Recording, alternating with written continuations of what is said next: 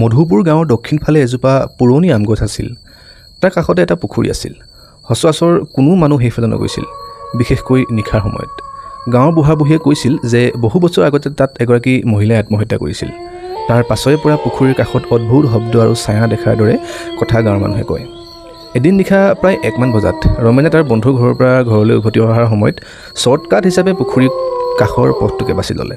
সি ভাবিছিলে যে ভূত বোলা বস্তু একো নাই, এইবিলাক মাত্ৰ কাহিনী। ভয়ৰনো কি কাৰণ আছে, তাতে নিজৰ গাঁৱৰ ভিতৰতে সদায় আহি গৈ থকা ৰাস্তা। আকাশত জোনাকৰ পোহৰ আছিল, কিন্তু আমগছজোপাৰ ডালৰ মাজেৰে পোহৰ ঠিকমতে পৃথিৱীত নপৰিছিল। সি পুখুৰীৰ কাষ পোৱাৰ লগে লগে ৰমেনৰ মনত কিবা এটা অস্বাভাৱিক অস্বস্তিকৰ ভাৱ সৃষ্টি হ'ল। বতাহ জোৰেৰে বৈছিল আৰু পুখুৰীৰ পানীত সামান্য ঢৌ উঠিছিল। হঠাৎ তাৰ পাছফালৰ পৰা এটা মিহি মাত শুনিলে, কলৈ যোৱা?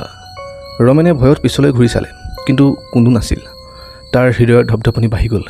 সি খৰখেদাকৈ খোজ দিলে, কিন্তু কেইখোজমান যোৱাৰ পাছত আকৌ সেই মাত, মোক এৰি থৈ যাবা নেকি? এইবাৰ মাতটো যেন পুখুৰীৰ পৰা আহিছিল। ৰমেনে সাহস কৰি পুখুৰীৰ ফালে চালে। পানীৰ ওপৰত জোনৰ পোহৰত এগৰাকী মহিলাৰ ছায়া এটা উঠি আহিছিল।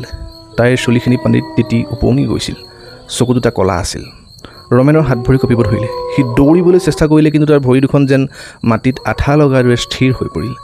ছায়াটো ক্ৰমান্বয়ে ওচৰলৈ আহিব ধৰিলে। ছায়াটোৱে তাক এটা ভয়ানক হাঁহি মাৰিলে। মোৰ লগতে থাকা, মিহিকৈ ক'লে। পাছদিনাখন ৰাতিপুৱা গাঁৱৰ মানুহে পুখুৰীৰ কাষত ৰমেনৰ জোতাযোৰ পৰি থকা দেখিলে। তাৰ পাছৰ পৰা কোনেও ৰমেনক আজি পৰ্যন্ত দেখা নাপালে। এতিয়া সেই কাহিনীটো হৈ যোৱা বহুত দিন হ'ল। গাঁৱৰ মানুহে কয়, পুখুৰীৰ কাষেৰে পাৰ হ'লে কেতিয়াবা দুটা মাত শুনা যায়, এগৰাকী মহিলাৰ আৰু এজন পুৰুষৰ। সিহঁতি কান্দি কান্দি কয়, আমাক